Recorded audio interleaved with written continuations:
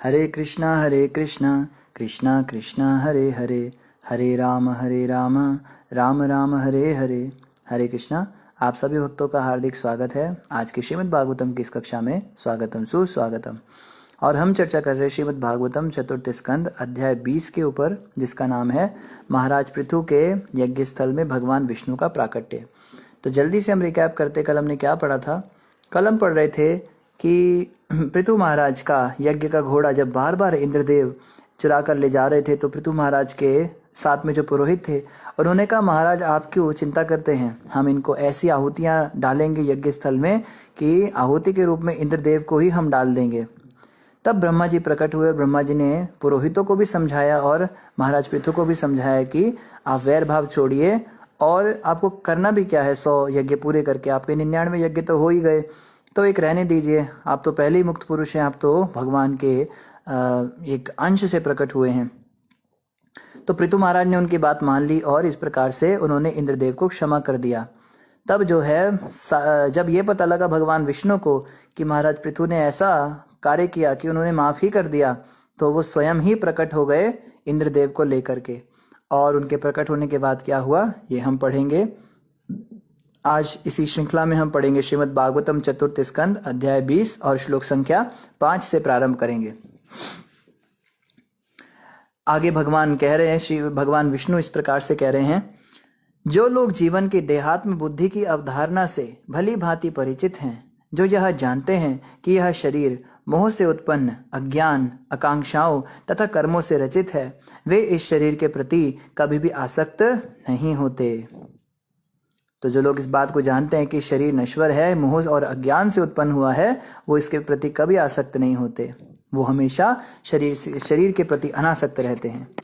जो देहात्म बुद्धि के प्रति रंच मात्र भी आसक्त नहीं है, भला ऐसा अत्यंत बुद्धिमान पुरुष किस प्रकार घर, संतान, संपत्ति तथा ऐसी ही अन्य शारीरिक बातों में देहात्म बुद्धि के द्वारा प्रभावित हो सकता है।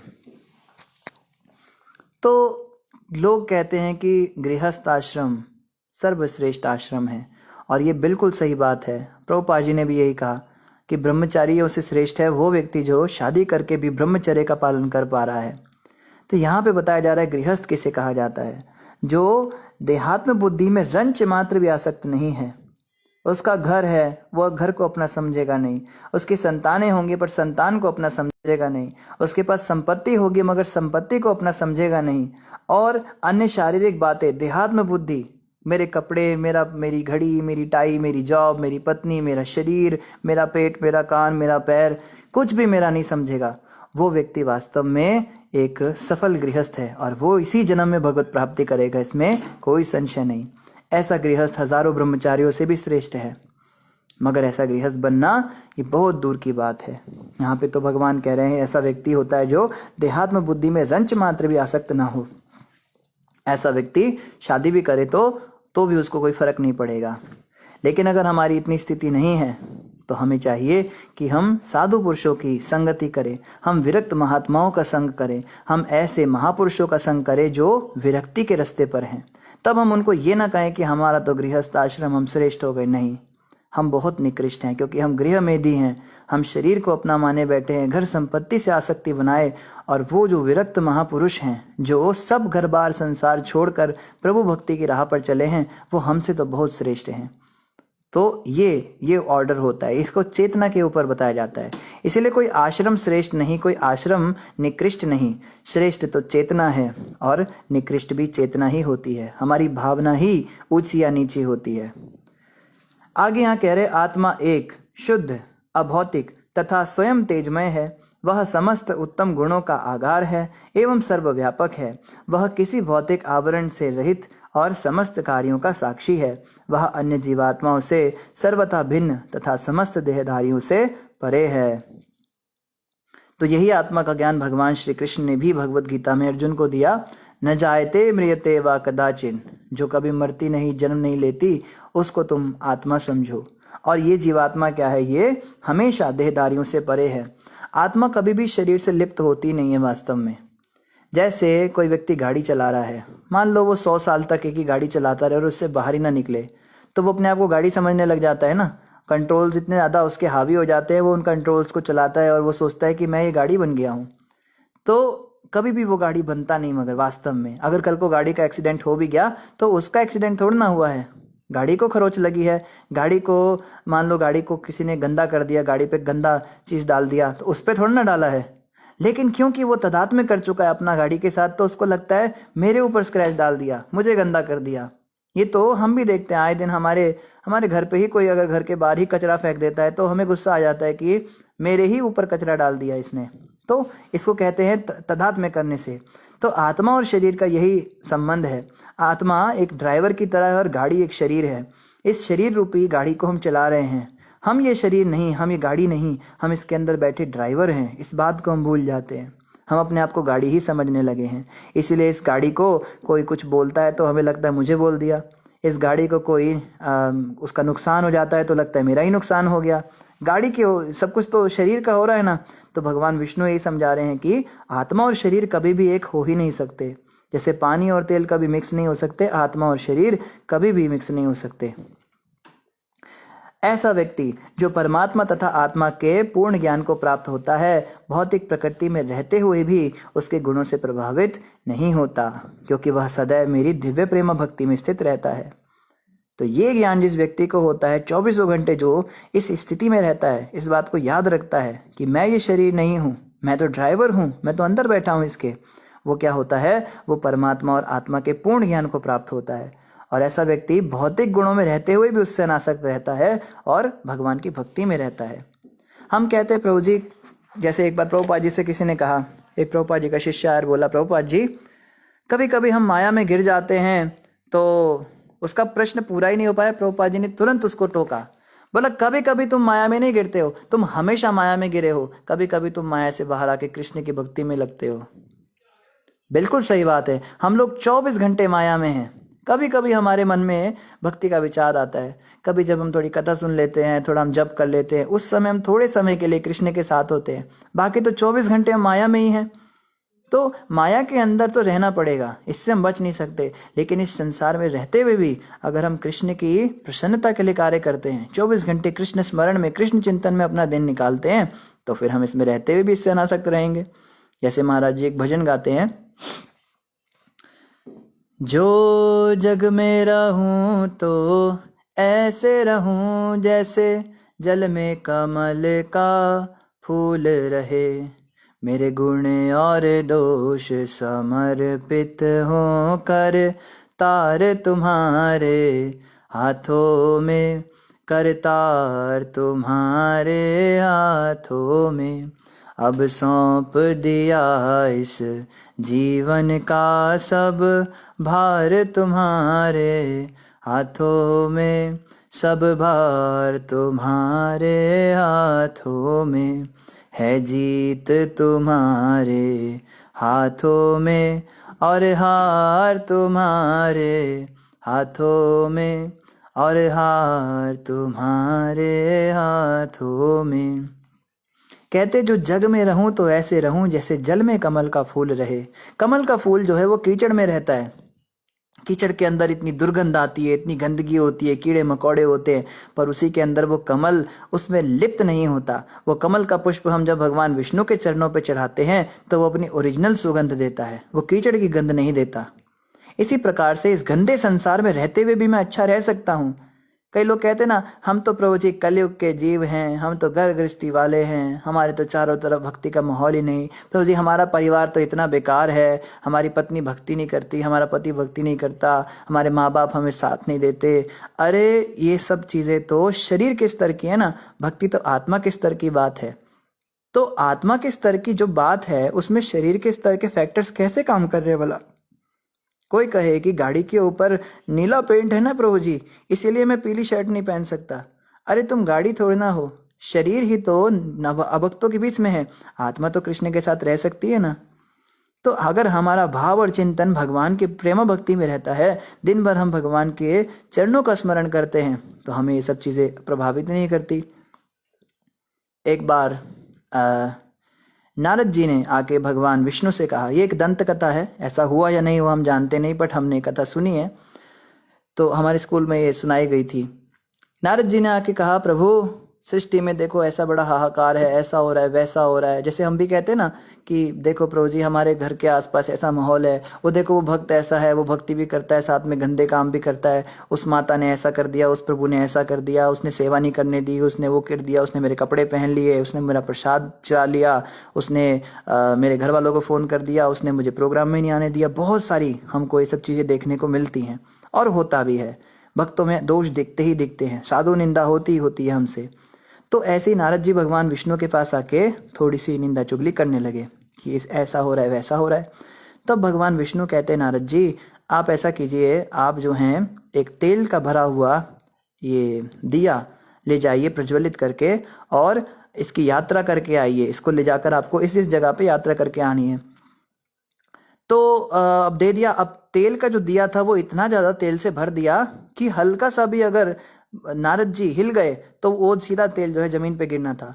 भगवान विष्णु ने कहा, नारद जी एक शर्त है मेरी कि तेल का एक बूंद भी छलकना नहीं चाहिए, दिए से नीचे गिरना नहीं चाहिए।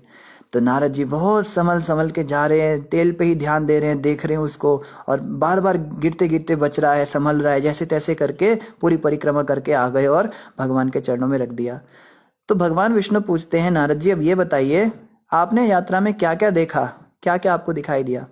नारद जी कहते, प्रभु यात्रा में तो मैं कुछ देख ही नहीं पाया, सारा ध्यान तो मेरा तेल पे था, हल्का सा भी ध्यान मेरा इधर उधर होता है तो तेल गिर जाना था। कहते बस इसी प्रकार से जो भक्त होता है उसका ध्यान तो भक्ति पे होता है, उसका ध्यान तो इस बात पे होता है कैसे मेरा उद्धार हो, कैसे मैं भक्ति में आगे बढ़ूं। उसको सोचने की फुर्सत ही कहाँ होती है कि संसार में क्या हो रहा है। जो व्यक्ति इधर उधर देख रहा है इसका मतलब वो अपना तेल गिरा रहा है, अपना भक्ति का नाश कर रहा है। जब भी हम किसी की निंदा करते हैं, किसी के अंदर दोष देखते हैं, किसी को देख के हंसते हैं, तो उसके दुर्गुण हम में आ जाते हैं। एक छोटी सी कथा और मैं आपको बताता हूँ, गुरु महाराज ने सुनाई थी। एक बार क्या हुआ, एक राजा था, बहुत दानी राजा था, उसका बहुत नाम हो गया पूरे राज्य में, साधुओं की बड़ी सेवा करता था। तो दूर दूर से साधु आते थे और वो अपनी सेवा पानी लेकर जाते थे। तो एक बार 2 साधु उस राजा के दरबार में आए। तो राजा ने देखा साधु संत आए हैं, इनकी अच्छे से सेवा होनी चाहिए। उन्होंने अपने रसोइया को बोला, देखो साधु आए हैं, इनके लिए एकदम शुद्ध रीति से वैष्णव भोजन बनाना और भगवान को भोग लगाकर इन्हें खिलाना। तो जब वो जो कुक था उनका, राजा का, वो रसोइया कड़ी बना रहा था, तो कड़ी पहले तो बहुत बड़े बड़े बर्तनों में भोजन पकता था, सबके लिए बनता था, कहीं कहीं 100 लोग खा जाते थे। तो इतने बड़े बर्तन में जब कड़ी बना रहा था तो अचानक से क्या हुआ, एक बाज सांप को पकड़कर ले जा रहा था आकाश मार्ग से। बाज का खाना तो सांप ही होता है। तो जब वो सांप को उड़ा के ले जा रहा था तो अचानक उसके पंजे से सांप छूटा और कड़ी में ही जाके गिर गया, और सांप जो है तड़प तड़प के मर गया। अब उबलती हुई कड़ी के अंदर जब सांप गिरा तो उसका सारा जहर उस कड़ी के अंदर चला गया। उस विषाक्त कड़ी को जब भगवान को भोग लगाकर उन साधुओं को खिलाया गया तो दोनों साधु उल्टी करने लगे खून की और मर गए। जब दोनों साधु मर गए तो राजा को पता लगा ऐसा ऐसा हो गया। राजा एकदम घबरा गया, अरे ये क्या हुआ? तो राजा ने पता किया, भाई पता करो क्या है, कैसे है, पता नहीं चल रहा है। तब जो है जब छानबीन करी तो पता लगा कि बर्तन के अंदर सांप की बॉडी मिली, डेड बॉडी मिली। तो रसोइया कहता है, मैंने तो पूरा ध्यान दिया, पता नहीं कैसे गिर गया, अब 2 साधु तो मर गए, इनका तो अपराध लगेगा। तो नीचे चित्रगुप्त और यमराज जो हैं ये दोनों आपस में चर्चा करने लगे। चित्रगुप्त कहते हैं, महाराज अब आप ये बताइए इसका पाप किसको लगाया जाए? क्या मैं बाज को इसका पाप लगाऊं, ब्रह्म हत्या का पाप? तो यमराज कहते हैं, बाज को क्यों लगाओगे? बाज ने कोई जानबूझ के थोड़ी ना सांप को गिराया था, वो तो अपना आहार ले जा रहा था। कहते तो फिर मैं सांप को इसका पाप लगाता हूँ। कहते सांप को कैसे पाप लगा सकते, वो तो बेचारा मर ही गया, उसकी क्या गलती थी? कहते फिर मैं रसोइये को लगाता हूँ।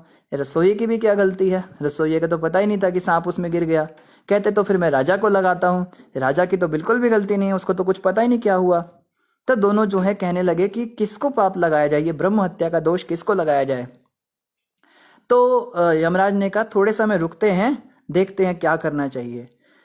तो लगभग कुछ समय बीता। कुछ समय बीतने के बाद 2-4 साधु कहीं से आए और उन्होंने सुना ये राजा बड़ा पुण्यशाली व्यक्ति है और ये साधुओं की बहुत सेवा करता है। तो जब वो लोग उसके दरबार में आ रहे थे तो रास्ते में एक दासी खड़ी हुई थी। उस दासी ने जो है पूछा, भाई क्या कहाँ से आए हो, क्या करने आए हो? तो कहते हैं हमने सुना है यहाँ पे एक राजा है, वो बड़ा दानशील है। तो वो हंसने लगी, अच्छा वो, मैंने तो सुना है वो राजा साधुओं को मारता है, कहते हैं अच्छा मारता है? अरे हाँ, तुम भी मरने के लिए जा रहे हो क्या? तुमसे पहले 2 आए थे, उनको जहरीली कड़ी खिला दी और उनको मार दिया। तब जो है यमराज और चित्रगुप्त कहते हैं बस इस औरत को हम सारा पाप देते हैं, क्योंकि जितने भी पात्र हैं उन्होंने गलती से कुछ किया, जानबूझ के नहीं, पर ये एकमात्र ऐसी जो जानबूझ के निंदा कर रही है और आनंद ले रही है उस बात में कि देखो।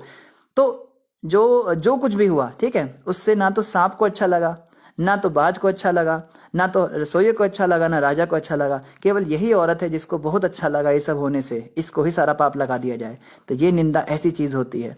साधु निंदा या किसी की भी, मान लो सच्ची बात है, सत्य घटना है, तो भी हमें हंस हंस के और आनंद लेते हुए उसकी चर्चा नहीं करनी चाहिए, क्योंकि ऐसा करने से वो पाप, वो दोष जो है वो हमको लग जाता है। तो वही बात यहाँ भगवान बता रहे हैं कि जो व्यक्ति मेरी भक्ति में लगा रहता है उसका इन चीजों में ध्यान ही नहीं जाएगा, और जो व्यक्ति इन चीजों में लगा रहता है फिर उसका मेरी भक्ति में कैसे ध्यान जा सकता है। आगे कहते हैं, भगवान विष्णु ने आगे कहा, हे राजा पृथु, जब कोई अपना वृत्तिपरक कर्म करता हुआ किसी भौतिक लाभ के उद्देश्य के बिना मेरी सेवा में लगा रहता है तो वह अपने अंतःकरण में उत्तरोक्त संतुष्टि प्राप्त करता है।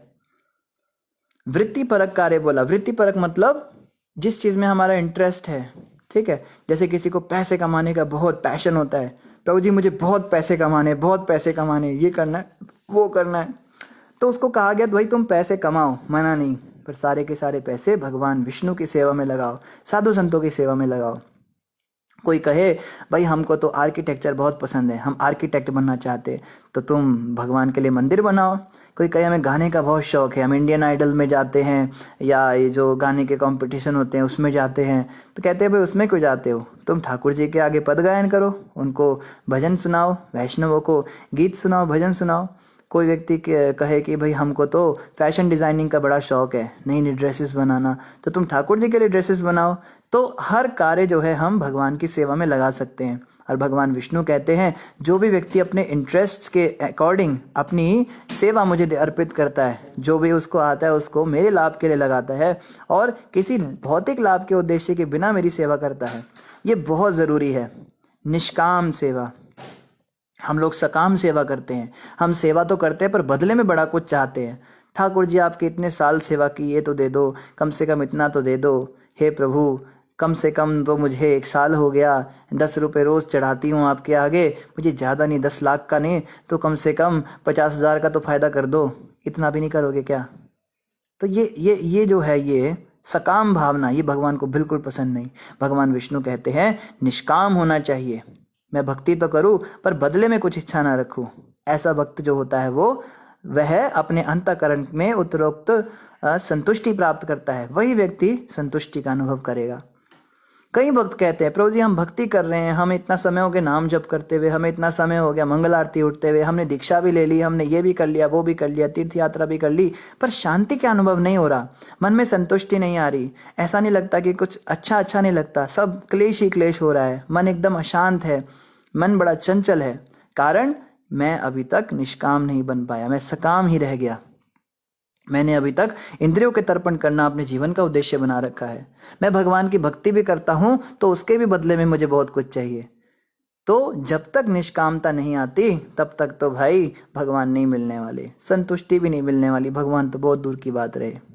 कहा है ना, भुक्ति मुक्ति सिद्धि कामी सकली अशांत, कृष्ण भक्त निष्काम अतएव शांत।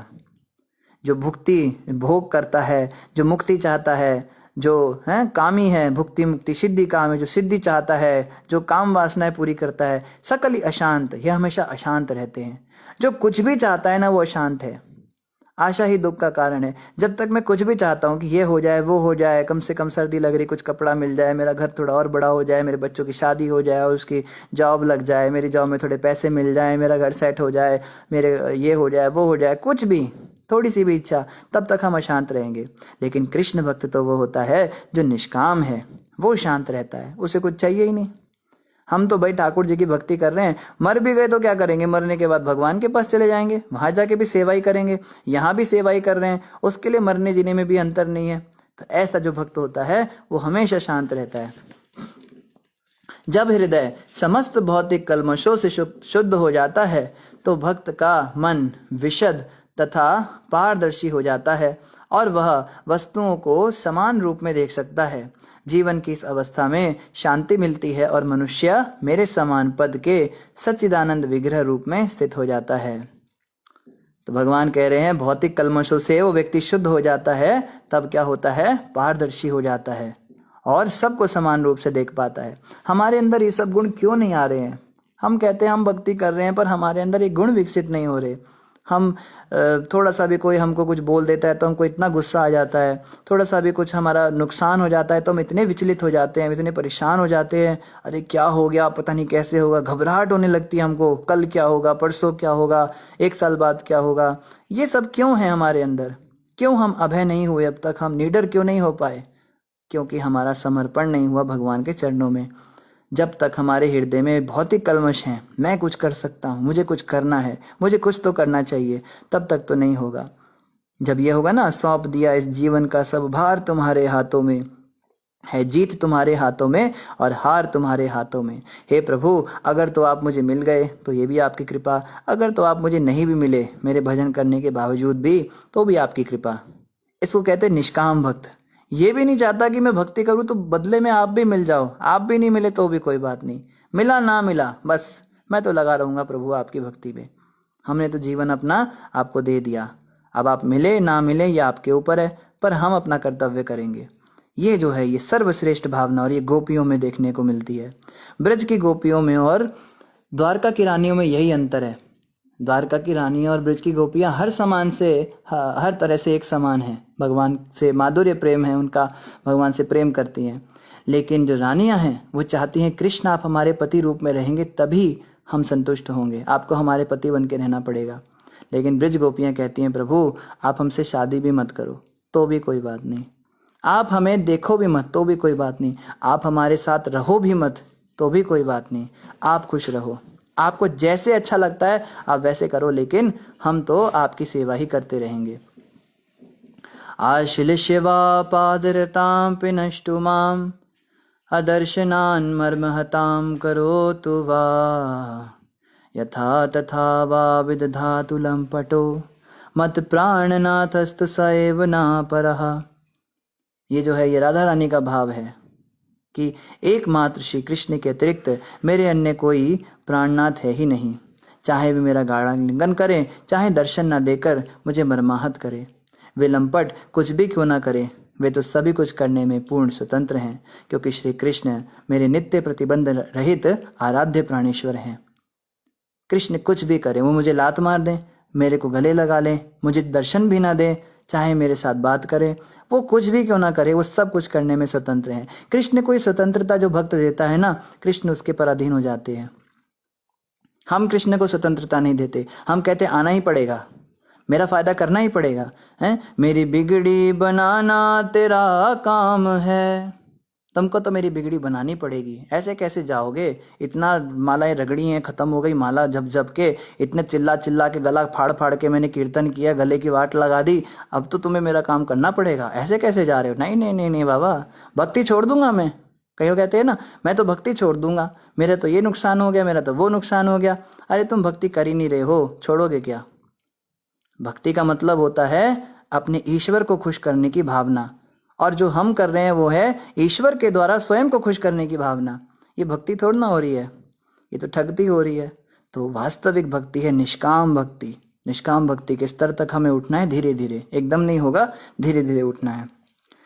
आगे कह रहे जो कोई भी यह जानता है कि 5 तत्वों कर्मेंद्रियों, ज्ञानेंद्रियों तथा मन से निर्मित यह शरीर केवल स्थिर आत्मा द्वारा संचालित होता है, वह भौतिक बंधन से मुक्त होने के योग्य है। तो क्वालिफिकेशन क्या है संसार से मुक्त होने की? क्या हमारे अंदर योग्यता है मुक्त होने की? हम कहते तो हैं कि हमें जन्म मृत्यु के चक्कर से मुक्ति चाहिए, पर इसकी योग्यता क्या है, क्वालिफिकेशन क्या है? तो कह रहे इसकी क्वालिफिकेशन ये है कि आप बस इतना मान लो कि ये शरीर आत्मा के द्वारा संचालित होता है, आत्मा इस शरीर को चला रही है, ये शरीर आत्मा नहीं, मैं ये शरीर नहीं हूँ, शरीर के अंदर मैं हूँ और मैं इस शरीर को चला रहा हूँ। ये शरीर एक रथ है, एक गाड़ी है और मैं इसका ड्राइवर हूँ, मैं इसका रथी हूँ, मैं इसको चलाने वाला हूँ। अगर ये बात कोई थियोरेटिकली भी समझ जाए ना तो भी कहते हैं कि वो मुक्ति पाने का एक अच्छा कैंडिडेट है, उसके पास योग्यता है। मुक्ति मिले ना मिले अलग बात है, कम से कम योग्यता तो आ जाएगी। इस बात को हमें समझना है। भगवान विष्णु ने राजा पृथु से आगे कहा, हे राजन, तीनों गुणों की अन्योन्य क्रिया से ही यह भौतिक जगत निरंतर परिवर्तनशील है। यह शरीर 5 तत्वों, इंद्रियों के नियामक देवताओं तथा आत्मा द्वारा विक्षुब्ध किए जाने वाले मन से मिलकर बना है। चूंकि आत्मा इन स्थूल तथा सूक्ष्म तत्वों के इस मेल से सर्वथा भिन्न है, अतः मेरा भक्त जो मित्रता तथा प्रेम के द्वारा मुझसे दृढ़ता पूर्वक बंधा है, यह भली भांति जानते हुए कभी भी भौतिक सुख या दुख से विचलित नहीं होता। तो भगवान ये तत्व ज्ञान दे रहे हैं पृथु महाराज को, क्योंकि पृथु महाराज ने अभी अभी एक युद्ध किया, लड़ाई की थी ना इंद्र से। मेरा घोड़ा ले गया, अरे देखो कितना बदमाश है, अभी घोड़ा वापस लाए, फिर उठा के ले गया, कैसा आदमी है ये, दोबारा से घोड़ा लेके आए, फिर से ले गया, अभी इसको जान से मार देते हैं। इस प्रकार की बातें सोच रहे थे। हम लोग भी ऐसा करते हैं। वो मेरी माला ले गया, वो मेरा रोटी ले गया, उस भक्त ने मेरे को गाली दे दिया, उसने मुझे माला नहीं पहनने दी, वो मेरा कीर्तन का टाइम था, मेरी जगह वो कीर्तन पे बैठ गया। इस तरह से छोटी छोटी बातों के लिए इंटरनेट पे लड़ाई होती है। मैंने ग्रुप के अंदर उसको डाला, उसने ग्रुप लेफ्ट कर दिया, उसको बड़ा अहंकार आ गया अपने ऊपर। हमने डिसाइड किया था कि इतने बजे से इतने बजे हम वो करेंगे, मीटिंग करेंगे, वो आया नहीं, उसमें वो आई नहीं, उसने मुझे देखा नहीं, उसने मुझसे मेरे कमेंट के ऊपर रिप्लाई नहीं दिया, उसको बहुत वो हो गया। इंटरनेट पे लड़ाई करते हैं भक्त लोग।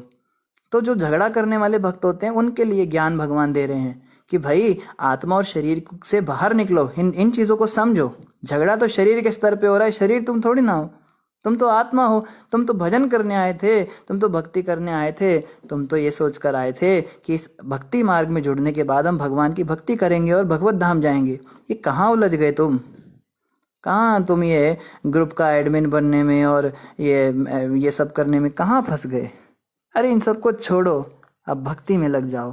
ये भगवान विष्णु समझा रहे हमको। हे वीर राजा, स्वयं संभाव रखते हुए अपने से उत्तम, मध्यम तथा निम्न स्तर के लोगों पर समानता का व्यवहार करो। क्षणिक सुख या दुख से विचलित ना हो। दुख और सुख जो हैं ये तो क्षणिक हैं, आते और जाते रहेंगे, इससे तुम विचलित मत हो। कुछ ना कुछ तो लगा रहेगा इस संसार के अंदर। संभाव रखो, सबको तुम अपने जैसा समझो। जैसे कहा ना चाणक्य पंडित ने, आत्मवत् सर्वभूतेषु, सब लोगों को अपने जैसा समझना चाहिए। भाई अगर मुझे कोई व्यक्ति ऐसी बात बोले तो मुझे कितना बुरा लगेगा, तो फिर मैं किसी दूसरे से भी ऐसी बात क्यों करूं? ये सोच के हमें उससे ऐसी बात नहीं बोलनी। बहुत सिंपल है। अगर कोई चाहता है ना कि मैं प्रभु जी मैं चाहता हूँ किसी को दुखी ना दूं, किसी का दिल ना दुखाऊं, पर पता नहीं मुझसे क्यों ऐसा हो जाता है। बहुत ही सिंपल है। अगर आप सच में चाहते हैं हृदय से कि आप किसी का दिल ना दुखाएं, क्योंकि सबके हृदय में भगवान बैठे हैं, तो बस इतना करना है। जो भी उसके साथ व्यवहार करने जा रहे हो, जरा सोचो पहले कि जो मैं करने जा रहा हूँ अगर ये वो मेरे साथ करे तो मुझे कैसा लगेगा। अभी जैसे कल की ही बात है, कल की ये पता नहीं शायद आज सुबह की बात है। सुबह सुबह जो है 2 भक्त किचन में प्रसाद बना रहे थे। तो हमने क्या किया, हमारा मन हुआ जब हम खीर खाते हैं, तो दोने में खीर ली और खीर खाने लगे सुबह सुबह। तो वो दोनों तो प्रसाद बना रहे थे, वो तो खा नहीं सकते, उनके सामने बैठ के हम खीर खाने लगे। तो थोड़ी देर में हमें इतनी ग्लानि हुई कि देखो हम इनके सामने बैठ के खीर खा रहे हैं तो इनको कैसा लग रहा होगा कि खुद खा रहे हैं, हम तो खा ही नहीं सकते, हमें दिखा दिखा के। तो हमने सोचा कि हमारे साथ ऐसा करता, हम चपाती बना रहे होते और ये हमारे सामने बैठ के आनंद ले ले के और चिड़ा चिड़ा के प्रसाद खा रहे होते, हमें कितना बुरा लगता। तुरंत जो है हम वहाँ से उठ के चले गए। तो ये भावना आती नहीं हमारे अंदर। इसको कहते हैं सेंसिटिव होना। हम लोग सेंसिटिव नहीं। हम क्या कहते हैं, ऐसा भी क्या कह दिया उसको जो इतना गुस्सा हो गया, ऐसा तो हमने कुछ कहा ही नहीं, ऐसा तो कोई शब्द हमने बोला ही नहीं, पता नहीं क्यों इतना मुंह फुला लिया। उसकी तो आदत ही पड़ चुकी है ऐसी करने की, बात बात पे नाराज हो जाता है। लाट साहब है क्या वो, कोई की झांसी की रानी है क्या वो, उसके लिए मैं इतना सोचूंगी क्या? मैंने तो ऐसा कुछ बोला ही नहीं, मुझे तो नहीं लगता मैंने कुछ गलत बोला है। तो भैया इसको कहते हैं सेंसिटिविटी। जो भक्ति में जितना सीनियर होता है उसकी एक ये क्वालिफिकेशन है कि वो सेंसिटिव होता जाता है, छोटी छोटी बातों को वो पकड़ने लगता है। हम तो इतनी बड़ी बड़ी बातें भी बोल देते हैं किसी को, पर हमें समझ में ही नहीं आता कि हमने बोल क्या दिया कि व्यक्ति नाराज हो गया। इतनी भी सेंसिटिविटी हमारे अंदर है नहीं, और उल्टा हम उसी को दोष दे देते हैं। इसका तो काम ही है बस बार बार गुस्सा होना, बार बार रूठना, यही काम रह गया बस हमारा। तो भक्ति का मतलब है सेंसिटिव होना चाहिए भक्तों को छोटी छोटी बातों में। हमें याद है दिल्ली मंदिर में हम थे तो एक भक्त ने एक बार कुछ गलती कर दी, छोटी सी गलती थी, कोई खास नहीं था, शायद हमारा मोबाइल यूज कर लिया था बिना पूछे, उसको घर पे कॉल करना था। उस बात के लिए वो एक हफ्ते तक माफी मांगता रहा, जब भी मिलता जब भी चेहरा देखता माफी मांगनी उसने। उसने इतनी माफी मांगी, मेरा ऐसा मन हुआ, मैंने कहा ये मोबाइल ही आप रख लो प्रभु जी, पर आप माफी मांगना बंद कर दो बस अब। इतनी ज्यादा सेंसिटिविटी उसके अंदर देख के हमारा तो बिल्कुल हृदय द्रवित हो गया। तो ये कई बार होता है और ये दोनों तरफ से होता है। जब हम सामने वाले के साथ ऐसा व्यवहार करते हैं ना, तो सामने वाला भी हमारे साथ वैसा ही व्यवहार करेगा। यह आत्मवत् सर्वभूतेषु का प्रिंसिपल हर जगह लागू होता है। जैसे एक बार हमें याद है, हमने ज्वाइन नहीं किया था उस समय, हम ऐसे ही स्टूडेंट थे, तो मंदिर में हम जाते थे धोती कुर्ता पहन के। तो सामने से एक लड़का ही था, कोई हमारी से एज में 1 साल छोटा ही होगा, तो थोड़ा सा मसल वाला था वो, तो हम थोड़े पतले दुबले थे, तो एक हीन भावना तो आ ही जाती है, शरीर के स्तर पे ही होते हैं हम लोग। तो उसको देख के, और वो छाती चौड़ी करके ऐसे सीना तान के चल रहा है बड़े उसमें, और मेरे को इतना गुस्सा आया उसको देख के, देखो कैसे चल रहा है, इतना स्टाइल दिखा रहा है। मैं भी उसके सामने छाती और चौड़ी तान के और सामने आके उसको बोलने लगा। मैंने कहा हरि बोल प्रभु, बड़े गंभीर वाणी में मैंने बोला ताकि मैं इसको थोड़ा नीचा दिखा सकूं। तुरंत जैसे ही मैंने हरि बोल बोला, उसकी छाती एकदम नीचे चली गई, सिर झुका के और हाथ जोड़ के मेरे सामने एकदम विनम्रता के साथ कहता है, यस प्रभु जी बताइए क्या सेवा करूं आपकी। और मुझे इतनी शर्म आई अपने ऊपर, इतनी शर्म आई, मैं तुरंत उससे भी ज्यादा नीचे झुक के मैंने सीधा उसको प्रणाम कर दिया, क्योंकि मन से अपराध तो हो गया था ना। तो फिर क्या होता है देखो, सामने से अगर वो भी कहता कि हाँ क्या काम है, तो फिर मैं और चौड़ा हो जाता, वो और चौड़ा हो जाता, ये होता है ना। लेकिन अगर सामने से हम झुक जाएंगे किसी के आगे, तो वो सामने वाला भी झुक जाएगा। ये फॉर्मूला है, इसको कहते हैं आत्मवत् सर्वभूतेषु। ये प्रिंसिपल हमें अप्लाई करना, और भगवान यहीं पे यही वाली बात बता रहे हैं, समानता का व्यवहार करो और क्षणिक सुख दुख से विचलित मत हो, अपने मन तथा इंद्रियों पर पूर्ण संयम रखो। मेरी व्यवस्था से तुम जिस किसी भी परिस्थिति में रखे जाओ, उस दिव्य स्थिति में रहकर राजा का कर्तव्य निभाओ, किंतु तुम्हारा एकमात्र कर्तव्य अपने राज्य के नागरिकों को संरक्षण प्रदान करना है। तो भगवान विष्णु कह रहे हैं, मैं जैसी भी स्थिति में तुम्हें रखूं, उस स्थिति में तुम खुश रहो, उसमें ही मेरी सेवा करो। ये मत सोचो कि मेरी परिस्थिति खराब है, अपना टाइम आएगा, अपना टाइम आएगा। प्रभु जी मेरा टाइम नहीं आया, अभी मेरा बुरा समय चल रहा है, मेरा अच्छा समय आएगा तब भक्ति करूंगा, एक बार मेरी जॉब हो जाए, ये जॉब से मैं बाहर निकलूं तब मैं भक्ति करूंगा, मेरी पढ़ाई कंप्लीट हो जाए तब भक्ति करूंगा, मेरी शादी हो जाए तब भक्ति करूंगा, मेरे बच्चे सेट हो जाए तब भक्ति करूंगा। अच्छा समय कभी नहीं आएगा। बल्कि भक्त तो ये सोचता है शायद कल और भी बुरा समय आने वाला है मेरे जीवन में, तब मैं क्या करूंगा। आज मेरे पास इतनी अनुकूलता है भक्ति करने के लिए, शरीर स्वस्थ है, माता पिता है, शरीर मनुष्य जन्म में मैं हूँ, सबसे बड़ी बात भारत भूमि पे मेरा जन्म हुआ है, मेरे पास मोबाइल है, उसमें इंटरनेट है, कथा सुन रहा हूँ, सब कुछ है मेरे पास, हाथ हैं, उंगलियां हैं, माला कर रहा हूँ। कल को अगर ये सब मेरे से छूट गया तो क्या होगा। कल को अगर मृत्यु हो गई, कुत्ते बिल्ली का जन्म हो गया, तो कैसे भजन होगा भैया। या फिर कल कोई बहुत बड़ी समस्या आ गई, कुछ पता है क्या, परिवार में कभी भी कुछ हो सकता है, किसी की मृत्यु हो सकती है, कोई चोरी हो सकती है, कोई जिम्मेदारी अचानक से हमारे सिर पे आ सकती है, कुछ भी हो सकता है, हमारे शरीर पे कुछ भी आघात हो सकता है, कुछ भी हो सकता है। हमें कुछ पता थोड़ी ना हमारे कर्म कैसे रहे हैं, पिछले जन्म का कोई भी कर्म कभी भी सामने आ सकता है। तो कल को अगर ये भी मेरे हाथ से चला गया जो मेरे पास आज है, तो मैं कैसे भक्ति करूंगा। ये सोच के भक्त तो और ज्यादा गंभीर हो जाता है कि कल के भरोसे नहीं हूं भैया, मैं तो आज ही करूंगा, जो करूंगा आज मेरे हाथ में है, कल मेरे हाथ में है नहीं। आज मुझे भजन करना है भाई, भक्ति करनी है, भगवान में मन को लगाना है। हर दिन जब हम जीवन का जीते हैं तो यही सोचना चाहिए, आज का दिन है बस मेरे पास, मुझे आज का दिन पूरी तरह भगवान को समर्पित करना है। कितनी सेवा कर सकता हूँ मैं गोविंद की, इंद्रियों की सेवा तो मैंने हर योनि में की है, इस जीवन में तो कृष्ण की सेवा करनी है, गोविंद की सेवा करनी है।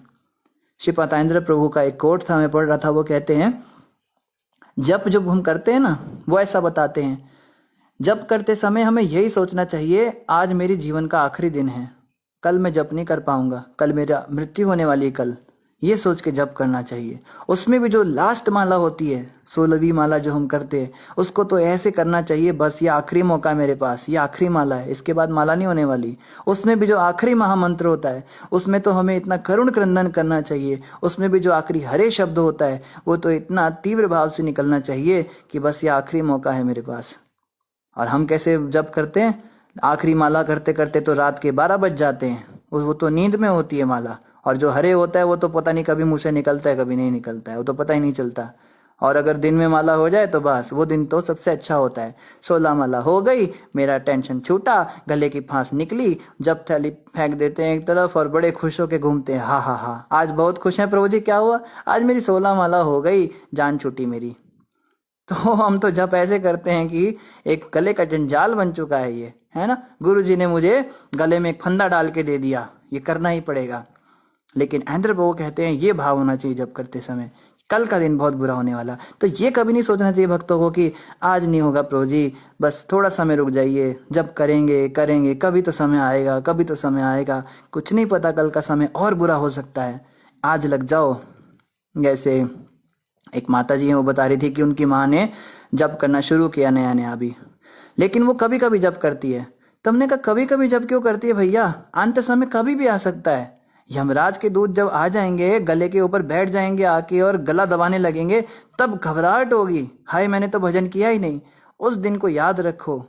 हमारे गुरुदेव कहते हैं, दो बातन को भूल मत, जो चाहत कल्याण, नारायण एक मौत को, दूजे श्री भगवान। अगर कोई व्यक्ति अपना कल्याण चाहता है तो दो चीज़ों को कभी ना भूले, एक तो मौत को और दूसरे श्री भगवान।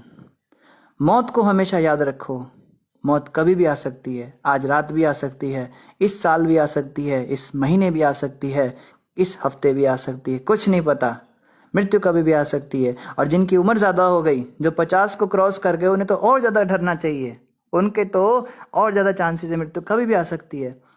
ऐसी घबराहट होते हुए कैसे भजन नहीं होता भाई, मन कैसे लग जाता है इधर उधर की बातों में, फिजूल की चर्चाएं करने में, टीवी देखने में मन लग कैसे जाता है। मृत्यु का चिंतन नहीं होता ना, और मृत्यु तो आएगी, अगर आप चिंतन नहीं भी करो तब भी अचानक से आएगी, इसलिए सदैव मृत्यु का चिंतन करना चाहिए। और दूसरे श्री भगवान, भगवान का चिंतन करना चाहिए कि अंत समय पे मुझे केवल गोविंद बचाएंगे, भगवान ही बचा सकते हैं, भगवान का चिंतन भी साथ साथ होना चाहिए। आगे कह रहे, राजा का निर्दिष्ट धर्म यह है कि वह राज्य के सारे नागरिकों को सुरक्षा प्रदान करे। ऐसा करने से राजा को अगले जन्म में प्रजा के पुण्यों का 6वां भाग प्राप्त होता है। किंतु जो राजा अथवा प्रशासक प्रजा से केवल कर वसूल करता है और नागरिकों को समुचित सुरक्षा प्रदान नहीं करता, तो उसके पुण्य प्रजा छीन लेती है और सुरक्षा न प्रदान करने के बदले में उसे प्रजा के पाप कर्मों का भागी बनना पड़ता है। राजा जो है, राजा या फिर शासक जो भी है, प्रधानमंत्री या जो भी आप कहिए, वो अगर बहुत अच्छा पुण्यशाली है, प्रजा का अच्छे से पालन करता है, तो प्रजा के अंदर जितने भी पुण्य कार्य होते हैं उसका 6वां भाग उसको मिलता है। आप सोचिए राजा कितना पुण्यशाली हो जाता है मात्र इस काम से, उसकी प्रजा में कितने लोग भक्ति करते होंगे, सबका 6वां अंश उसके पास आने लगेगा। इसको कहते हैं स्पिरिचुअल चेन सिस्टम। यहाँ पे भी प्रॉफिट होता है, इनकम होती है। जैसे उसमें होता है ना पॉलिसी वाले में, आप पॉलिसी दिलाओ तो उसका कुछ % आपको कमीशन मिलता है, फिर आगे वो चेन बनाएगा, फिर वो किसी आगे किसी को जोड़ेगा तो उसका 6% उसको मिलेगा, फिर उसका 6% आपको मिलता जाएगा। तो ऐसे यहाँ पे होता है। जब हम शासन करते हैं किसी के ऊपर, इवन हम किसी को प्रचार भी करते हैं, तो हमारे प्रचार से, हम तो कौन होते हैं प्रचार करने वाले, तो गुरुदेव प्रभुपाद ही होते हैं, लेकिन जब हम निमित्त बनते हैं किसी को जोड़ने में, तो वो व्यक्ति जो भक्ति करता है उसका कुछ अंश हमारे पास आता है, वो करेगा भक्ति, वो उसकी माला का कुछ अंश, कुछ भाग हमारे पास आता जाएगा ऑटोमेटिक। तो इस प्रकार से बता रहे हैं, अगर राजा केवल कर वसूल करे, टैक्स ले और अपनी प्रजा का ध्यान न रखे, तो प्रजा उसके सारे पुण्य छीन लेती है और प्रजा के पाप उसको लेने पड़ते हैं और अगला जन्म नरक में जाता है। ऐसा हो जाता है। भगवान विष्णु ने आगे कहा, हे राजा पृथु, यदि तुम विद्वान ब्राह्मणों की शिष्य परंपरा द्वारा आदेशों के अनुसार प्रजा का संरक्षण करते रहोगे और यदि तुम उनके द्वारा निर्दिष्ट धार्मिक नियमों का अनुसरण मनोरथों से अनासक्त रहकर करते रहोगे, तो तुम्हारी सारी प्रजा सुखी रहेगी और तुमसे स्नेह रखेगी, और तब तुम्हें शीघ्र ही सनकादि, सनत, सनातन, सनंदन, सनत कुमार, चारों कुमारों जैसे मुक्त पुरुषों के दर्शन हो सकेंगे। तो बता रहे हैं, तुम ऐसे ही निष्काम कर्म करते रहो जो मैंने तुमको बताए। हे राजन, तुम्हारे उच्च गुणों तथा उत्तम आचरण से मुग्ध और प्रभावित हूँ। ये देखो, ये बहुत बड़ी बात है। भगवान कह रहे हैं कि मैं तुम्हारे उच्च गुणों और उत्तम आचरण से मुग्ध और प्रभावित हूँ। तुमने इस इंद्र को माफ कर दिया ना, इससे मैं तुमसे खुश हो गया। ये बहुत बड़ी शिक्षा है। हम इस दुनिया को खुश करने के चक्कर में लगे रहते हैं, पर ये दुनिया ना तो कभी किसी से खुश हुई है ना कभी होगी। ज़माने की पसंद तो रोज़ बदलती है।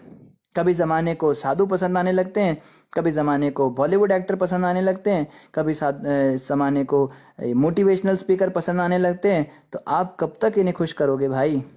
ज़माना कभी किसी से खुश नहीं होता है। तो क्यों ना हम भगवान को खुश करने लगे भाई, भगवान को प्रसन्न करने में लग जाएं।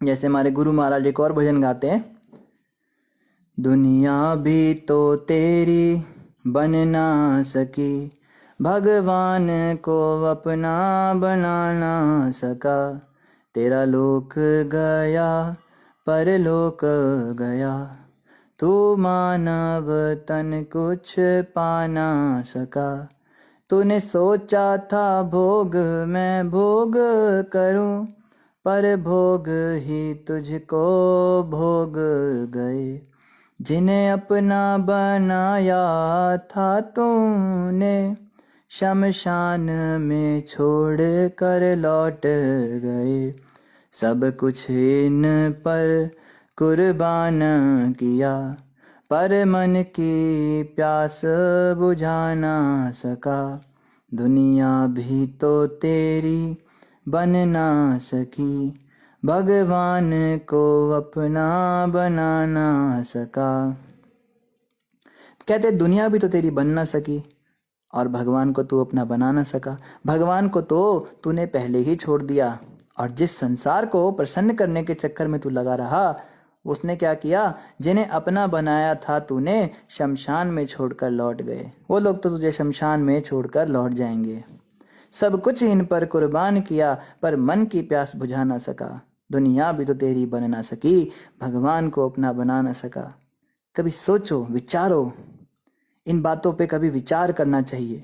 जिनके लिए दिन रात लगा हुआ हूँ, जिनकी खुशी मैंने अपने जीवन का उद्देश्य बना रखा है कि मेरे होते हुए इनकी आंखों में आंसू नहीं आएगा, इनके माथे पर कभी लकीर नहीं आएगी, मैं जब तक जिंदा हूँ। विचार करो, ये लोग कौन हैं? ये वही लोग हैं जो शमशान में छोड़कर चले जाएंगे एक दिन। और जो हमारे साथ जाएगा, जो हमेशा हमारे साथ रहता है, उसका तो हम भजन करते ही नहीं, उसको तो हमने छोड़ ही दिया। उसको क्यों छोड़ देते हो भाई? उनको याद रखो, अंत समय बहुत तेजी से आ रहा है, मेरे लिए भी, आपके लिए भी, सबके लिए आ रहा है। कुछ नहीं पता कब आ जाए, और उस समय पे ना तो कोई किसी की मदद करता है ना कर सकता है। वहाँ सबको अकेले जाना है। वो जो समय आएगा बड़ा ही डरावना होगा, क्योंकि उस समय पे घबराहट हो जाएगी, कफ वात पित्त तीनों इकट्ठे हो जाएंगे शरीर के। वो अंत समय बड़ा बड़ा कठिन होगा। कैसे उस समय हम भगवान का चिंतन कर पाएंगे? तो जीवन में अगर हमने अभ्यास नहीं किया होगा भगवान का चिंतन करने का, भक्ति करने का, अंत समय पे भगवान याद नहीं आने वाले। फिर से 84 लाख योनियाँ, कुत्ते बिल्ली ये बनना पड़ जाएगा, बहुत बड़ा नुकसान हो जाएगा। समझिए इन बातों को।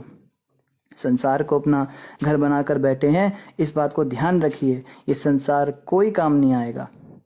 तो हमें चाहिए कि हम भगवान को प्रसन्न कर दे, बस भगवान को खुश करो भाई।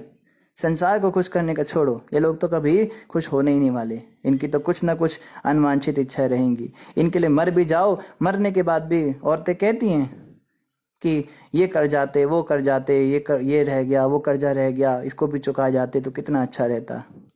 मरने के बाद भी लोग फुर्सत से मरने भी नहीं देते। ये संसार ऐसा है, और इस संसार से हम चिपके हुए हैं। समझिए इन बातों को। तो यहाँ पे भगवान विष्णु पृथु महाराज को कह रहे हैं, मैं तुमसे बड़ा प्रभावित हूँ, मैं तुमसे मुग्ध हुआ, तुम्हारे आचरण और उत्तम गुण से मैं खुश हो गया। बस यही जीवन की सिद्धि है, अगर भगवान और गुरुदेव हमसे प्रसन्न हो जाए। गुरुदेव तो हमें कहते हैं मैं तुमसे प्रसन्न हो जाऊंगा, बस ये छोटा सा काम कर दो, और हम कहते गुरुदेव ये काम तो हम नहीं कर सकते, क्योंकि ये काम करेंगे तो जमाना हमसे खुश नहीं होगा। वाह भैया, तो जमाने को खुश करने के चक्कर में गुरु को ही अप्रसन्न कर रहा है, तेरा कैसे भला होगा भला? क्या तुम भक्ति कर रहे हो? क्या तुम किसको मूर्ख बना रहे हो? पहले तो ये बताओ, मूर्ख बना किसको रहे हो? गुरु को ही तुम प्रसन्न करने के लिए नहीं काम कर पा रहे, तुम जमाने को खुश करना चाहते हो। मेरे परिवार वाले ऐसा चाहते हैं, मेरे घर वाले ऐसा चाहते हैं, मेरा शरीर ऐसा चाहता है, मेरी इंद्रियां ऐसे चाहती हैं, इसलिए गुरुदेव आपको तो मैं खुश नहीं कर पाऊंगा, आप क्षमा कीजिए। तो कैसे भगवान खुश होंगे जब गुरु ही प्रसन्न नहीं हुए? जो व्यक्ति गुरु को ही खुश नहीं कर पाया, भगवान को क्या खुश करेगा? क्या भक्ति कर रहे हैं? कभी विचार करना चाहिए। गुरु ही हमसे खुश नहीं है तो क्या भक्ति कर रहे हैं? केवल टाइम पास कर रहे हैं। श्रमई वही केवलम, ओनली वर्क हार्ड। तुम्हारा सारा प्रचार व्यर्थ है, तुम्हारा सारा ये जो ज्ञान है शास्त्रों का, ये व्यर्थ है। तुम्हारा 64 माला क्या, तुम्हारी 100 मालाएं करना भी व्यर्थ है। तुम्हारा ये जो सुबह उठना, मंगल आरती करना, ये सब व्यर्थ है। तुम्हारा बड़ा बड़ा घर, गाड़ी, बंगला, मकान सब व्यर्थ है। तुम्हारी बहुत सुंदर पत्नी, तुम्हारी बहुत सुंदर संतानें, पुत्र आदि धन धान्य से तुम संपन्न हो, सब कुछ व्यर्थ है।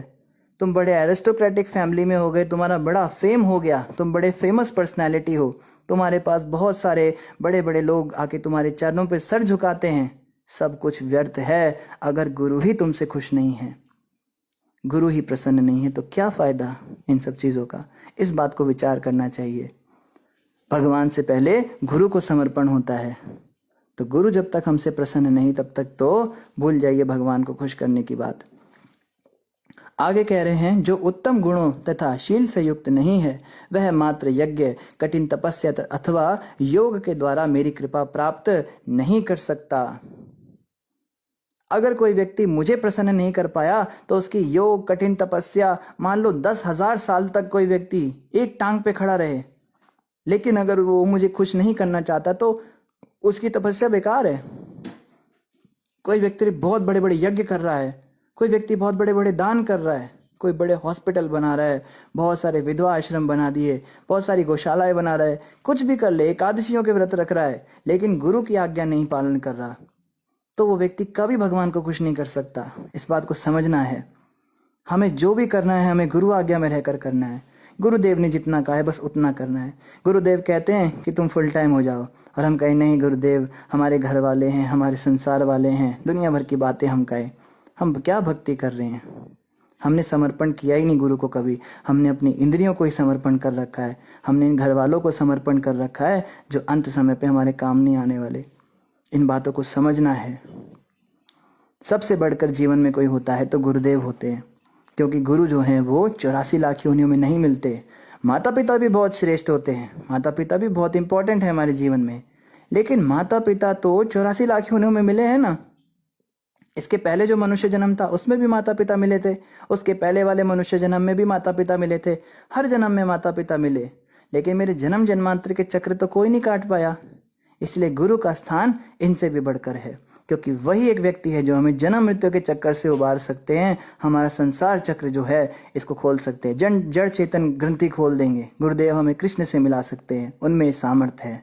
इसीलिए गुरुदेव की जो वास्तविक पोजीशन है वो माता पिता से भी बढ़कर है। तो गुरु की प्रसन्नता सबसे जरूरी होनी चाहिए एक शिष्य के लिए। दीक्षा के समय पे क्या होता है? दीक्षा के समय पे नामकरण किया जाता है, नाम बदल दिया जाता है। क्यों बदला जाता है भाई? नाम इसलिए बदला जाता है कि अब जैसे हमारा पहले नाम ऋषभ था, ऋषभ मर चुका है, अब केवल रुद्रदास बचा है। एक नया जन्म होता है, नए जन्म के साथ नए माता पिता होते हैं। श्रुति हमारी माँ होती है और गुरु हमारे पिताजी बन जाते हैं। हमें इस बात को समझना चाहिए। फिर पिता गुरु हमें कृष्ण रूपी पति से हमारी शादी कराते हैं। तो गुरु से जब हमारी दीक्षा हो जाए, इसका मतलब अब हमारे पिता गुरु हैं, हमारा नाम बदल गया, और जिन्होंने दीक्षा ली है वो जानते हैं गोत्र भी बदल जाता है। दीक्षा के बाद सब कुछ बदल जाता है। बाल छिलाने होते हैं, सेम टू सेम वही सब प्रक्रिया होती है जो जन्म के बाद होती है, वही सब संस्कार होते हैं। तो जब हमने दीक्षा ही ले ली, जन्म ही ले लिया दोबारा, तो पुराने वाले लोग कहाँ से वापस आ गए भाई? समर्पण तो हुआ ही नहीं। दीक्षा के नाम पे हम क्या मजाक कर रहे हैं? हम कहते हैं हम उन गुरु से दीक्षित है, वो हमें भगवत प्राप्ति करा देंगे, वो हमें ले जाएंगे धाम में। धाम तो तब ले जाएंगे ना जब वास्तव में हमने उनसे दीक्षा ली होगी।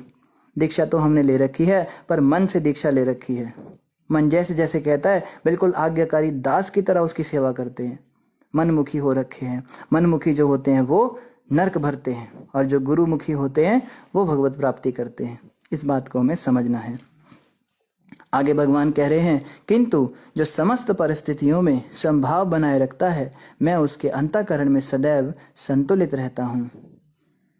जो हर परिस्थिति में मेरी भक्ति नहीं छोड़ता, कुछ भी हो जाए, घर वाले कुछ भी समस्या कर दें, इंद्रियां पागल कर दें, कामी हो जाए, कभी कभी काम वासना बहुत हावी हो जाती है, कभी क्रोध बहुत हावी हो जाता है, कभी लोभ बड़ा हावी हो जाता है, कभी ईर्ष्या बहुत ज़्यादा आ जाती है, गंदगियां है ना ये सब, मगर किसी भी स्थिति में मेरी भक्ति ना छोड़े, नाम जपता रहे बस, हरे कृष्ण कृष्ण कृष्ण हरे हरे, हरे राम राम राम हरे हरे, मुझे पुकारता रहे, मुझे ना छोड़े, चाहे कोई पाप कर्म भी कर दे, कितना भी घिनौने से घिनौना काम करके आ जाए, लेकिन मुझे ना छोड़े, मेरी भक्ति ना छोड़े। ऐसे भक्त को क्या करता हूँ, उसके हृदय में मैं हमेशा संतुलित रूप से रहता हूँ, उसके अंतःकरण में रहता हूँ।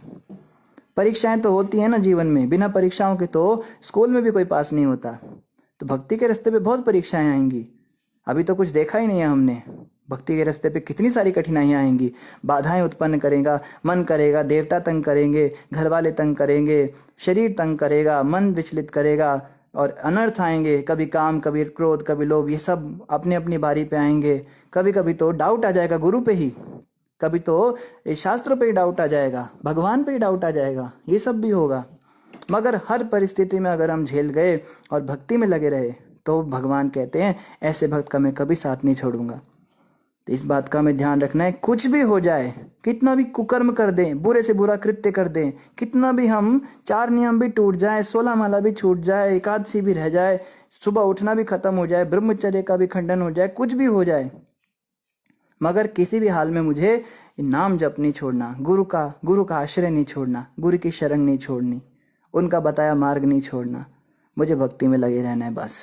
भक्तों का संग नहीं छोड़ना, भक्तों के साथ में उठता बैठता रहूं, भक्तों से दूर ना हो जाऊं। माया की ना बड़ी चाल होती है कि तू कितना गंदा व्यक्ति है, देख तू कैसे गंदे गंदे काम करता है, तू भक्तों के साथ भी जाता है, उन भक्तों के साथ जाना बंद कर दे, अब तू सत्संग जाना बंद कर दे, तू उसके लायक ही नहीं है।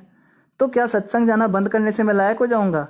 देखो कैसे बेवकूफ़ बनाता है मन, धीरे धीरे भक्तों के अंदर दोष देखता है, देखो वो भक्त ऐसा है, वो वैसा है, झगड़ा कर उनके साथ, उनमें दोष देख, निंदा कर उनकी, उनसे दूर हो जा, उनके पास जाने से अच्छा तो, उनसे अच्छे तो बाहर के लोग हैं, कम से कम ये काम तो नहीं करते जो वो करते हैं, ऐसे ऐसे बोलेगा मन, भक्तों से दूर कर देगा हमको। और जैसे ही भक्तों से दूर हुए नहीं, माया तो तैयारी बैठी है, भक्तों से आप थोड़ा सा दूर होके आइए, लक्ष्मण रेखा पार करके सीता जी बाहर आइए और रावण तुरंत पकड़ लेता है। ऐसे ही हो जाता है हमारे साथ, भक्तों से थोड़ा दूर होते नहीं है। आप सभी का ये एक्सपीरियंस रहा होगा, आपका पता नहीं, मेरा तो कई बार रहा है। जब भी भक्तों से दूर होता हूँ, भक्तों के संग से दूर होता हूँ, तुरंत माया पकड़ लेती है, तुरंत गंदे गंदे काम शुरू हो जाते हैं, पुरानी हरकतें, पुरानी आदतें, पुराने दोस्त, सब शुरू हो जाता है। तो भक्तों का संग बहुत जरूरी है, भागवत श्रवण बहुत जरूरी है, ये हरे कृष्ण का जप बहुत जरूरी है, एक भी दिन नहीं छोड़ना। तो जो माता वो कह रही थी कि मैं कभी कभी जप करती हूँ, ये चलेगा ही नहीं। आप अगर कभी कभी जप करोगे तो फिर बाकी समय क्या करोगे? बाकी समय ऑटोमेटिक आप पाप कर्म करोगे। आप ये नहीं कह सकते कि मैं पाप नहीं करती हूँ, आप झूठ बोल रहे हो।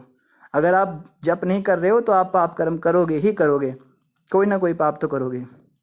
इसीलिए रोज जप करना है, डेली नाम जप करना है, डेली कथा सुननी है, डेली हमें मंगल आरती करनी है, डेली वाली चीजें हैं। कभी कभी वाले लोग जो हैं वो चलता नहीं है।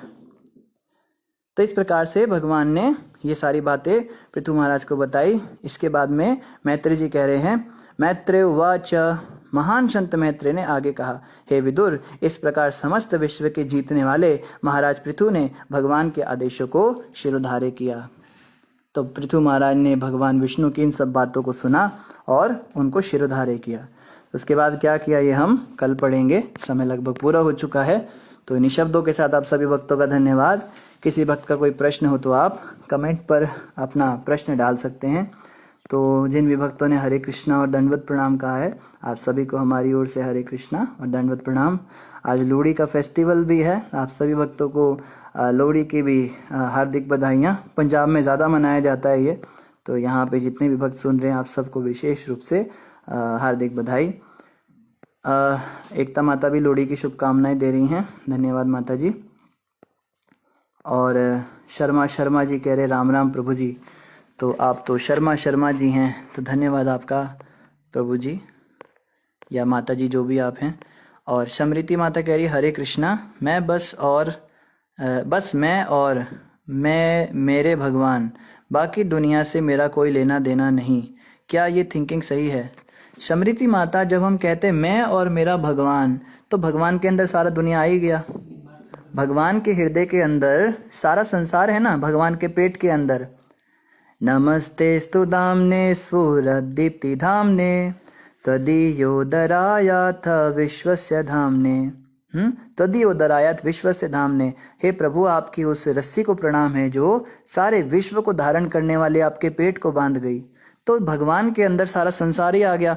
तो जैसे हमने विराट रूप में भी देखा, तो प्रभुपाद जी कहते हैं the person who will love God he will love everyone. वो तो एक चींटी को भी मारना नहीं चाहेगा जो कृष्ण से प्रेम करने लगेगा, बस मैं और मेरा भगवान।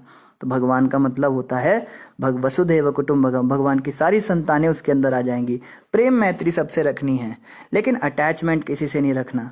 ये नहीं कि भगवान के अंदर तो फिर मेरा पति भी आ गया तो मैं अपने पति से प्यार करने लग जाती हूँ, भगवान के अंदर तो मेरे बच्चे भी आ गए तो मैं अपने बच्चों के लिए सोचने लग जाती हूँ। ये थिंकिंग गलत हो जाएगी। भगवान का मतलब होता है रिस्पेक्ट एवरीवन, ठीक है, रिस्पेक्ट सबकी करनी है। एसोसिएट विद लेस, संग किसी किसी का करना है। एंड फॉलो ओनली वन, बात केवल एक ही व्यक्ति की सुननी है, ऐसा होना चाहिए कि रिस्पेक्ट हम सबकी करें, आदर सत्कार सबका करें, और मिलना जुलना कुछ ही लोगों के बीच में रखें। और जो फॉलोइंग है, जो आज्ञा पालन है, वो केवल गुरुदेव की करें। वो शिक्षा गुरु भी हो सकते हैं, दीक्षा गुरु भी हो सकते हैं, जैसे भी है, या फिर शास्त्र हो सकते हैं, भगवान हो सकते हैं, बस उनकी आज्ञा पालन करें। ये जो है ये परफेक्ट कॉम्बिनेशन है जीवन जीने के लिए। ऐसा ये थिंकिंग सही है। और माता आगे पूछ रही है how to stop overthinking about every situation, serious और नॉन सीरियस।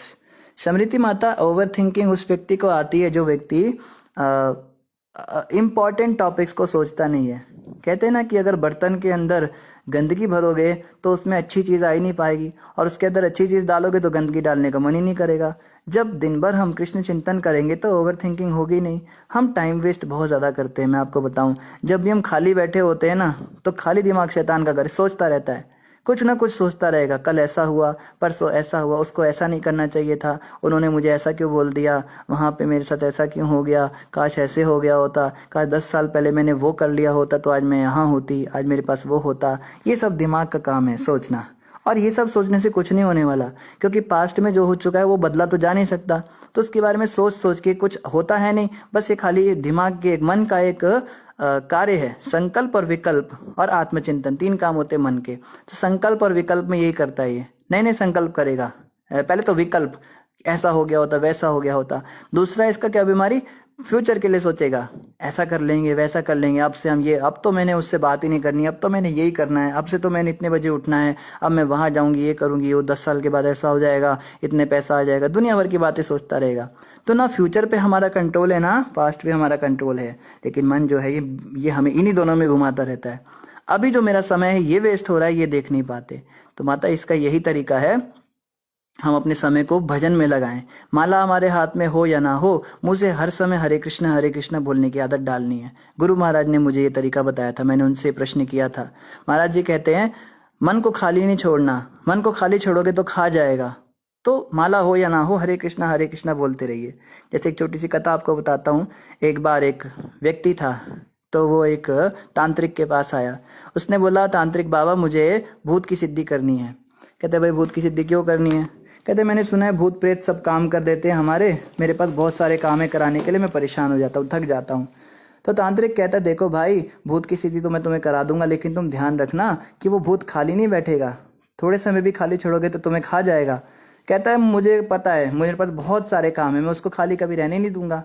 तो उसने कहा ठीक है भाई, तेरे को मंत्र दे देता हूँ। तो मंत्र दे दिया उसने, वो मंत्र जपा और एक भूत की सिद्धि कर ली। तो भूत जो है उसके सामने प्रकट हो गया।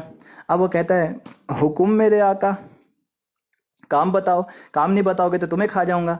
कहता है ऐसा करो, मेरे सारे बर्तन पड़े किचन में, साफ करके आ जाओ। अब वो तो भूत है, वो तुरंत गया और 1 मिनट से भी कम समय में वापस भी आ गया। तो उसने कहा अच्छे से साफ किए हैं? तो आप देख लीजिए जाके। देख रहा है बिल्कुल चमचम चमक रहे सारे। कहता है अच्छा मेरे घर की सफाई कर दो। वो गया और तुरंत जो है वो भी करके आ गया 1-2 मिनट के अंदर।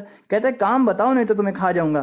कहते हैं खाना पका के आओ। वो उसको काम पे काम बताया जा रहा है, अब उसके पास कोई काम बचा ही नहीं।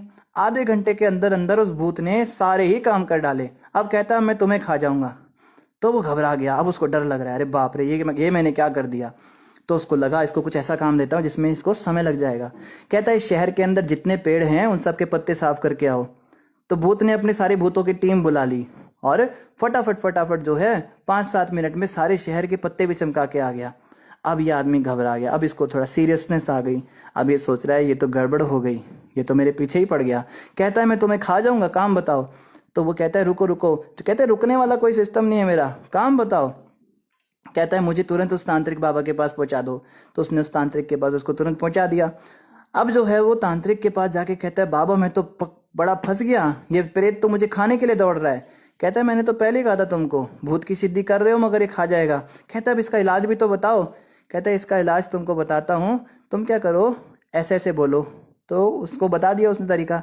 तो इसने उस भूत को कहा भाई देखो तुम एक जंगल में जाके एक बैम्बू ढूंढ के लाओ, एक ऐसा बैम्बू का जो वो होता है ना, बांस की लकड़ी होती है, एक ऐसा बांस ढूंढ के लाओ जिसमें 108 गांठे हो। तो वो तो प्रेत था, उसको क्या था, वो गया जंगल में और लेकर आ गया 108 गांठों वाला बांस की डंडी लेकर आ गया। कहता इसको धरती में गाड़ो। उसने गाड़ दिया। कहता अब इसके ऊपर चढ़ो। वो चढ़ गया। कहता अब नीचे उतरो। फिर नीचे उतरा। फिर कहता फिर चढ़ो, फिर उतरो। कहता ऐसे ही करते रहो।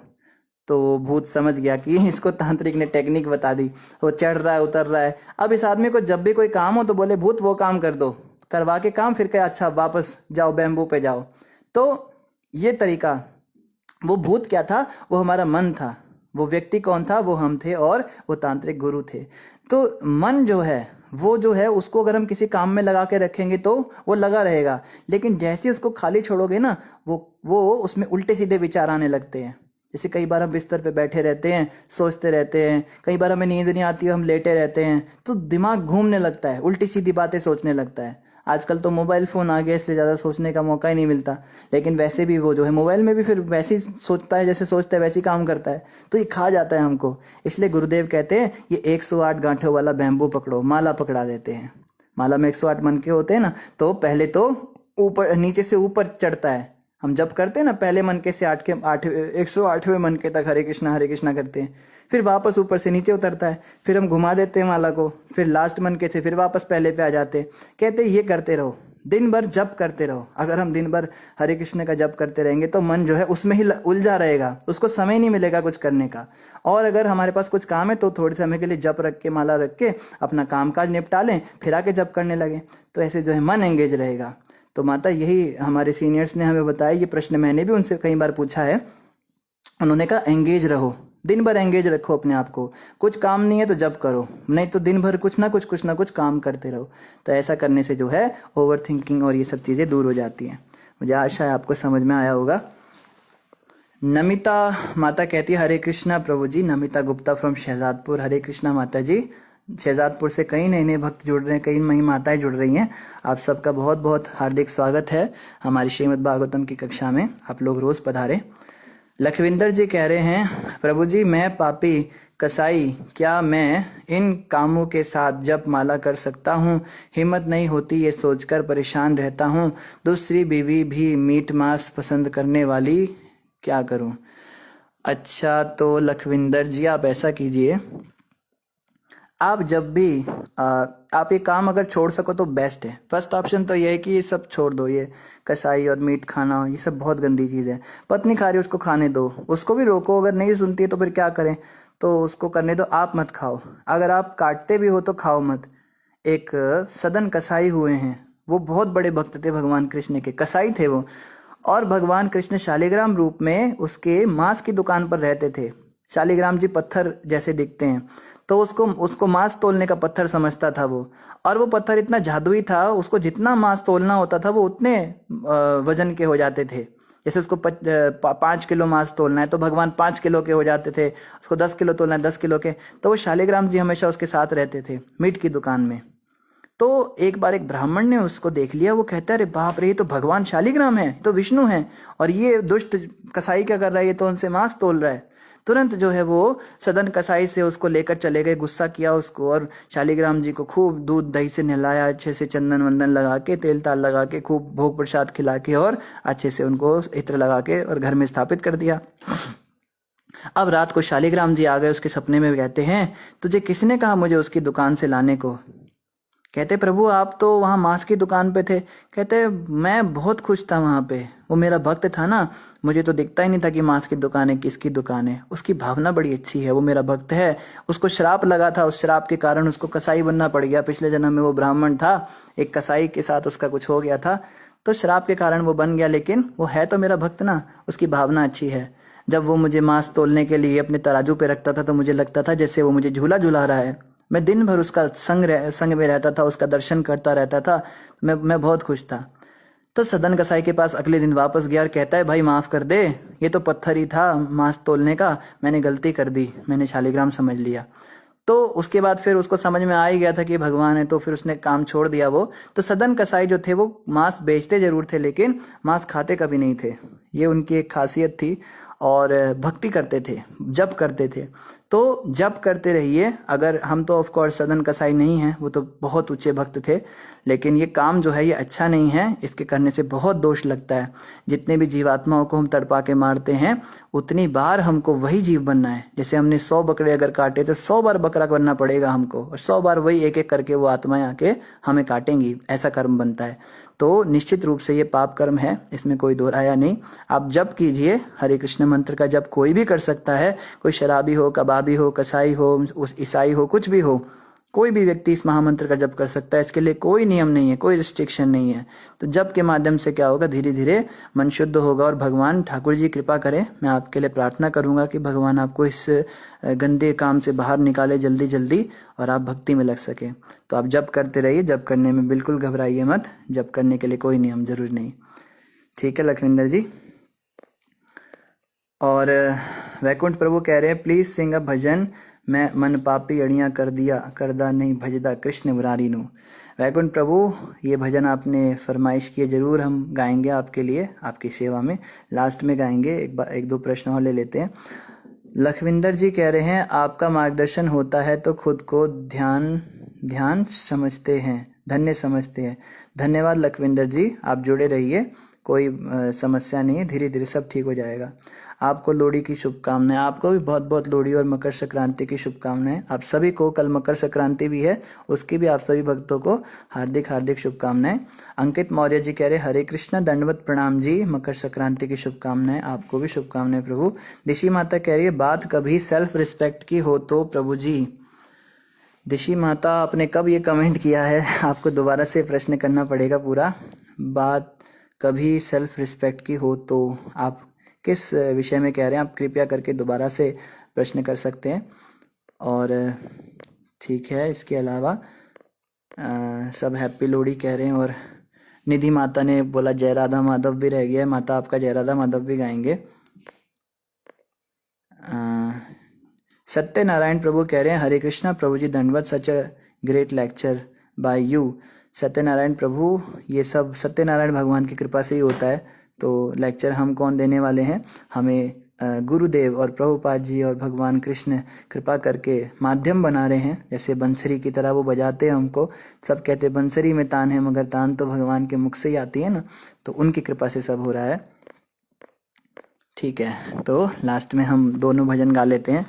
पहले हम मन पापी अड़ियाँ गा देते हैं वैकुंठ प्रभु का। मन पापी अड़ियाँ करदा नहीं जपदा कृष्ण मुरारी नू, मन पापी अड़ियाँ करदा नहीं जपदा कृष्ण मुरारी नू। जिथे होवे कथा वार्ता उत्थे पैर न पांदा, जिथे होवे निंदा चुगली दौड़ दौड़ के जांदा। मैं कई बार समझाया तू छड़ दे लंबरदारी नू, मन पापी अड़ियाँ करदा नहीं जपदा कृष्ण मुरारी नू। तिया पुत्तर बड़े लाडले घोटे घोटे गल लांदा, मोह माया दी काई विच फस के नित दिन झोटा खांदा। दिन रात मेरा सिर खांदा नहीं छड़दा दुरियादारी नू, मन पापी अड़ियाँ करदा नहीं जपदा कृष्ण मुरारी नू। जे मैं जानदा कोई ना मेरा प्रभु संग प्रीत लगांदा, कथा वार्ता नित्य में जानदा, हरि चरना चित लांदा। आगे की लाइन भूल गए हम। हरि चरना चित लांदा, दिन रात प्रभु दे गुण गांदा। नयो चुगदा गठड़ी भारी नू, मन पापी अणिया करदा नहीं, जपदा कृष्ण मुरारी नू। धन्यवाद वैकुंठ प्रभु। माता जी आपका भी भजन रहता है। जय राधा माधव कुंज बिहारी, गोपी जन वल्लभा गिरिवर धारी। यशोदानंदन ब्रज जन रंजन, जमुना तीरा वनचारी। जय राधा माधव कुंज बिहारी, जय राधा माधव कुंज बिहारी। हरे कृष्णा कृष्णा कृष्णा हरे हरे, हरे राम राम राम हरे हरे। ठीक है जी, आप दोनों का धन्यवाद। अच्छा, लखविंदर जी ने एक और बात बीच में बोली है। ऋषि माता आप भी अपना क्वेश्चन दोबारा पुट कर सकते हो। लखविंदर जी कहते हैं हमारे धर्म में इतना कुछ है कि मरण और जन्म में लोग परेशान होकर, कोई साहिब बंदगी, कोई राधा स्वामी, तो कोई कुछ, तो कोई क्या करें, बाकी पंडित टेंशन में डाल देते हैं, क्या करें। लखविंदर जी, हमें बस खाली वो मानना है जो भगवान ने कहा। जो पंथ, जो धर्म भगवान को नहीं मानते, जो गुरु को ही भगवान बता देते हैं और भगवान देवी देवताओं के पास जाने से रोकते हैं, वो तो नास्तिकवादी है ना। आपने जिनका नाम लिया, यहाँ पे क्या होता है, इनके यहाँ पे भगवान का कोई वो ही नहीं है। अगर भगवान को मानते हैं तो कहते निराकार है, उसका रूप नहीं, और या तो कह देते बस हमारे गुरु ही हैं, भगवान है ही नहीं। देवी देवताओं को मानना नहीं, किसी मंदिर में जाना नहीं, किसी यज्ञ में पार्टिसिपेट नहीं करना, किसी साधु को भोजन नहीं कराना, ये नियम ये दे रहे हैं, तो ये हिंदू कैसे हुए बताइए।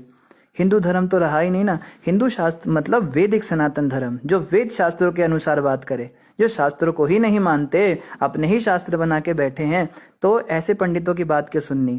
कोई पंडित अगर कभी भी कोई बात कहे आपको, मान लो कोई पंडित कहे भाई ऐसे किया करो, तो उसको तुरंत प्रश्न करना चाहिए, आप कौन से शास्त्र से बता रहे हैं, आप ये बताइए। पंडित मतलब जो शास्त्रों से बात करे। अगर आप शास्त्रों से बता रहे तो कौन से शास्त्र में लिखा है बताइए। अगर वो बता दे कौन से शास्त्र में लिखा है तो हमें बताइए, हम उसको सीधा करते हैं। किस शास्त्र में ऐसा लिखा है कि भगवान को मत मानो, देवी देवताओं को मत मानो, और किसी मंदिर में मत जाओ और भंडारा मत खिलाओ, ये सब कहाँ लिखा है। तो ये सब जो है कलयुग की सरकारें हैं, ये सब कलयुग के नए नए ड्रामे हैं, ये कलयुग के पंथ हैं, ये कोई वास्तविक सनातन हिंदू धर्म है ही नहीं। तो हमें बहुत ज़्यादा सावधान रहना है ऐसे लोगों से, जो हिंदू धर्म, सनातन धर्म के नाम पे हमें वेद शास्त्रों से भटकी हुई बातें करते हैं। जो शास्त्रों के अनुसार ही बात नहीं करता, उस व्यक्ति की तो बात ही क्यों सुननी है ना। तो अगर वो कहे भाई शास्त्रों में तो नहीं लिखा मगर मैं ऐसा कह रहा हूँ, तो भाई तू कौन आ गया, तू है कौन, तेरी क्या स्थिति है, क्या औकात है तेरी भाई। कृष्ण भगवान की बात गीता में ना मान के मैं तेरी मन की सनक को मानूं, तेरी मन गढ़ंत बातों को मानूं, इतना पागल कुत्ते ने तो मुझे काटा नहीं है। ऐसे पंडितों को छोड़ दीजिए, आप छोड़िए, वो तो नरक ही भरेंगे जो शास्त्रों के अनुसार बात नहीं कर रहे। हाँ, शास्त्रों के अनुसार बात करे तो कुछ बात है, तो फिर हम बात कर सकते हैं। तो शास्त्रों में तो ये लिखा है ना, भगवान विष्णु की भक्ति करो, भगवान हरि की भक्ति करो, राम नारायण की भक्ति करो और तर जाओ, संसार से पार हो जाओ। जैसे हम कुछ भी बात बताते हैं तो हम शास्त्रों से ही तो बताते हैं, श्लोक के हिसाब से बताते हैं। प्रभुपाद जी ने जो भी बातें बताई शास्त्रों से बताई, हमारे गुरुदेव जो बताते हैं शास्त्रों से बताते हैं। भागवत में भगवान कृष्ण भी जब कोई बात करते हैं तो वो भी शास्त्रों का रेफरेंस देते हैं। तो जो शास्त्रों को ही नहीं मानता वो तो नास्तिक है, वो हिंदू कहाँ है। तो ऐसे लोगों को छोड़ दीजिए लखविंदर जी, इनको नरक में जाने दीजिए। और इनके अलावा एकता माता कह रही है, प्रभु जी कल मेरा अवगुण भरिया शरीर भजन सुना दीजिएगा। माता कल आपको लिखना पड़ेगा कमेंट में, तो याद आ जाएगा, अभी ऐसे तो याद रहेगा नहीं, तो कल ही आप बोल दीजिएगा तो सुना देंगे ज़रूर। ठीक है, इन्हीं शब्दों के साथ आप सभी का धन्यवाद। बोलो ग्रंथराज श्रीमद् भागवतम महापुराण की जय, जगत गुरु शिला प्रभुपाद की जय, गौर भक्त वृंद की जय, श्री गुरु महाराज की जय। बोलो सत्यनारायण भगवान की जय, भूदेवी, लक्ष्मी देवी, श्री देवी, लीला देवी माता की जय। हरे कृष्ण।